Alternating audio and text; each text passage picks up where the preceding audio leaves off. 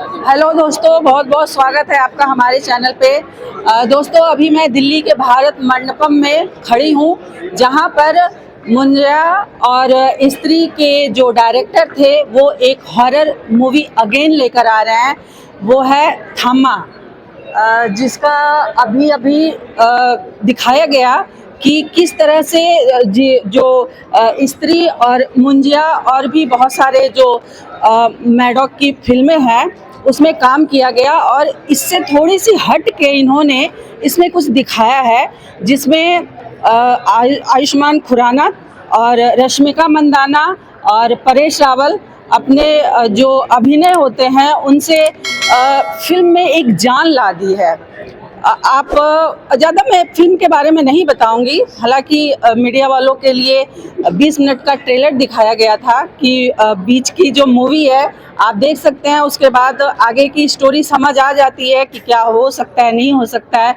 बहुत सारी दिलचस्प स्टोरी सुनाई उन लोगों ने कि मूवी में क्या हुआ नहीं हुआ, और आगे जो भी उन लोगों ने दिलचस्प स्टोरी बताई उसके लिए आगे की देखते हैं। Thank you. Ayushmann Khurrana and India's national crush Rashmika Mandanna, दोस्तों तालियों के साथ।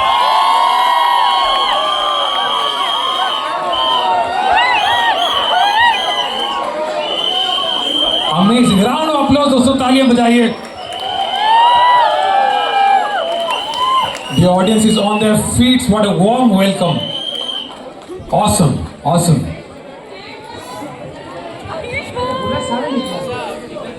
All right. We have, everybody talks about a six-pack. Amazing. The audience on their feet. What an amazing night this is. Everybody talks about six-pack. I'm going to invite our next star who can kill you with just one look into your soul. His acting prowess is no secret. From being Faisal Khan to now a Betal in Thama, he has shown silence can be scarier than any jump scare. He's the man who can play a gangster or a guru or a guitar and still make it look effortless. जब वो screen पे आते हैं तो चुड़ैल भी respectfully अपना पैर सीधा कर लेती है। With a huge round of applause, please welcome the one and only Nawazuddin Siddiqui, दोस्तों तालियों के साथ।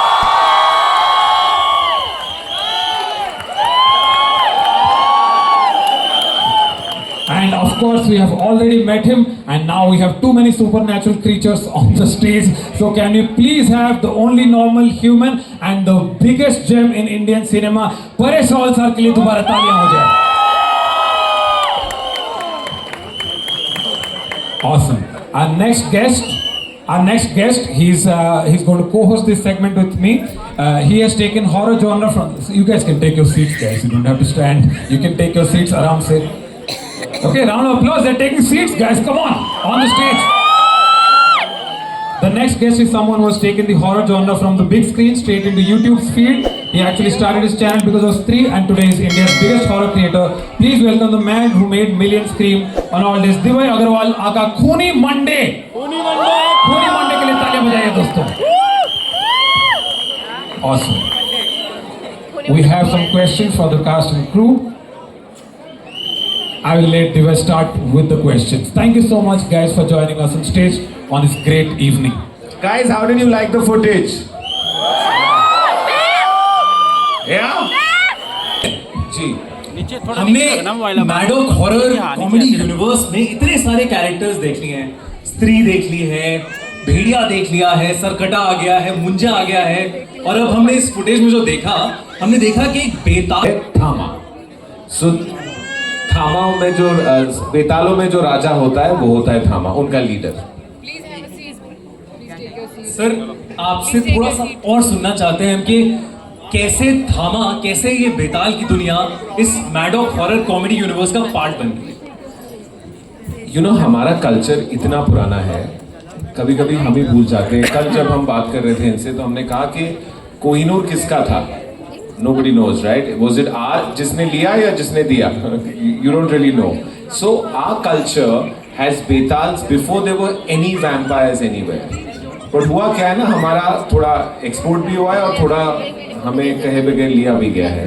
So when we started looking and building these folklore, like Munja is the second most famous legend in Konkan. स्त्री चंदेरी से है, but actually the legend is from Konkan. Bhedia Arunachal se. So my dad early on used to take me on trips all across India to understand India. In fact, गर्मियों की छुट्टी में दिल्ली में मनाता था, मेरी मासियाँ होती थी. इसीलिए हमने गरम गरम वैम्पायर की कॉलोनी से एक इंपोर्ट की है चीज. कौन है इन दोनों में से वो मैं नहीं बताने वाला, वो आप फिगर आउट कीजिए. और हम आए हैं दिल्ली. तो आप सोचिए, अगर आप दिल्ली में आपके मम्मी डैडी सोचें, आप अगर ऐसा कोई विचित्र प्राणी ले आए और आपका खानदान वेजिटेरियन हो तो क्या होगा, है ना परेश जी? बिल्कुल. और अगर तो डिनर टेबल कॉन्वर्सेशन चेंज होगी, स्लीपिंग हैबिट्स थोड़ी अलग होगी, डेंटल हाइजीन थोड़ी अलग होगी. सो ये सब what we try and do is make the horror believable, make you believe that it's happening in a zone and in an area that's very very comfortable to you. So we'll build, and I must say that And we saw the trailer and the sneak peek as well. So you're playing a Dilli Ka Londa, a journalist, and also a Betal, right? So which one is tougher to do, the journalist acting or the Betal acting? I think journalist तो सब हैं हम. मैंने अपने college के बाद पत्रकारिता की थी, जर्नलिज्म की थी, but I think love you too, thank you so much. Don't make the married boy blush. मैं थोड़ा सा शादीशुदा हूँ, ऐसे मत बोलो मुझे.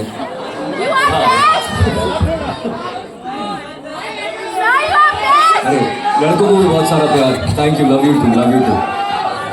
हाँ, तो जर्नलिस्ट जो है वो हम, आई थिंक हम नेचुरल जर्नलिस्ट हैं. सब बहुत क्यूरियस है अंदर से, और सबको क्वेश्चंस पूछना अच्छा लगता है. पर हाँ, बेताल के लिए काफ़ी प्रिपेयर करना मेरे लिए डिफिकल्ट था, क्योंकि मैंने पहले इतना एक्शन कभी नहीं किया. एक्शन के साथ साथ जो पहाड़ी से नीचे गिर रहा हूँ, मुझे भालू उठा के इधर से उधर फेंक रहा है, बहुत मार खाई है मैंने इस पिक्चर के अंदर. इतनी तो मैंने स्कूल कॉलेज में मतलब ज़्यादा लपेटा ही होगा, लेकिन इतनी मार मैंने कभी नहीं खाई पहले. दिनेश विजन ने पता नहीं क्यों ये सोचा कि इसको चलो पीटते हैं. हाँ, मैंने फर्स्ट हाफ में मैंने देखा कि ट्रेलर में भालू से पिट रहे हैं, फिर बेताल की दुनिया में ले जा रहे हैं जहां सब मारना चाहते हैं इन्हें, फिर इनके ऊपर नवाज भाई छोड़ दिए गए हैं जो खून चूसना चाहते हैं, और घर आते हैं तो ऐसे बाप मिले हैं जो शक्की बाप है जो चैन से जीने भी नहीं दे रहे. तो सोच के बैठे मर गया हूं मैं. इसमें सबसे ज्यादा वाली कौन सी सफरिंग थी? ये सफरिंग तो सबसे ज्यादा मुझे लगता है ये जो नवाजुद्दीन सिद्दीकी है ना, तो यहाँ पे ये जो मेरे यहाँ पर आ गए थे ना, तो वो तो उनकी आंखों में जो डर, जो चीखने चिल्लाने की इन्होंने वो एक्टिंग की थी, और कान जो सुन हो गए थे सच में मेरे, तो आई थिंक बहुत ही कमाल के वो उसमें डर ज़्यादा होता है. और ऑफ कोर्स आजकल बाप से भी बहुत लोग डरते ही हैं. और परेश रावल सर, ये दूसरी फिल्म मेरी इनके साथ, लेकिन जो ये बाप बने, बाप एक्टर जैसे बोलते हैं ना, बाप एक्टर नहीं ट्रूली. अच्छा रश्मिका, मेरा आपसे एक सवाल था. तो हमने ट्रेलर में देखा था कि बेताल आयुष्मान बेताल है, दांत वात निकलने हैं, बट हमें आपके बारे में नहीं पता था. लेकिन अभी जो हमने फुटेज देखी उसमें आप छलांग लगा रहे हो, आप इधर कूद रहे हो, आप हवा में उड़ रहे हो, and you are doing an action for the first time, right, in any film. How was the experience? कोई एक्शन की टिप देना चाहोगे आप? मतलब एक्शन करने के लिए बहुत अच्छा लगा मुझे. I loved it, I love the process. I love you too. I love you more. पहले तो you know a lot of films you get to like perform, लेकिन पहली बार I got to do physical performance like action and running and all of that. तो मुझे तो बहुत अच्छा लगा. हो सकता है कि मैं नहीं बता सकता. क्या? मैं नहीं हूँ बेताल इसमें. मैं भी नहीं हूँ. ओके, काफी सारे सस्पेंस हैं जो खुलेंगे, कुछ राज खुलेंगे, तो वो सारे राज अभी नवाज भाई बोलेंगे वो भी नहीं है बेताल. नवाज भाई बेताल पक्का है. नवाज भाई मैं तो एक्टिंग कर रहा हूँ दांत लगा. असली में तो अच्छा नवाज भाई, अभी जो देखा, मतलब क्या एंट्री थी, एकदम मजेदार एंट्री. और मैं ना थोड़ा कंफ्यूज हो गया कि मैं आयुष्मान के कैरेक्टर के लिए डरूं या मैं आपकी जो अंग्रेजों को खून चूसने वाला नॉस्टैल्जिया ट्रिप है उस पे हंसू. वो बेन स्टोक्स. Ben Stokes. तो कैसे, like how do you manage? आप डरा भी रहे हो, आप हंसा भी रहे हो, आप हॉरर भी कर रहे हो, आप कॉमेडी भी कर रहे हो एक साथ. How challenging was it?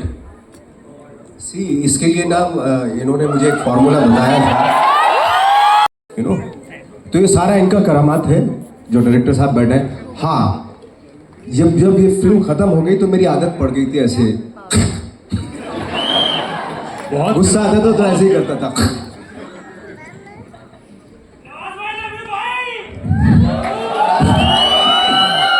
Round of applause guys. मुझे लग रहा है तुम लोग बहुत प्यार देना है, तुम दे ही दो एक बार में, ऐसा रुकोगे मत, तो खुल के दो।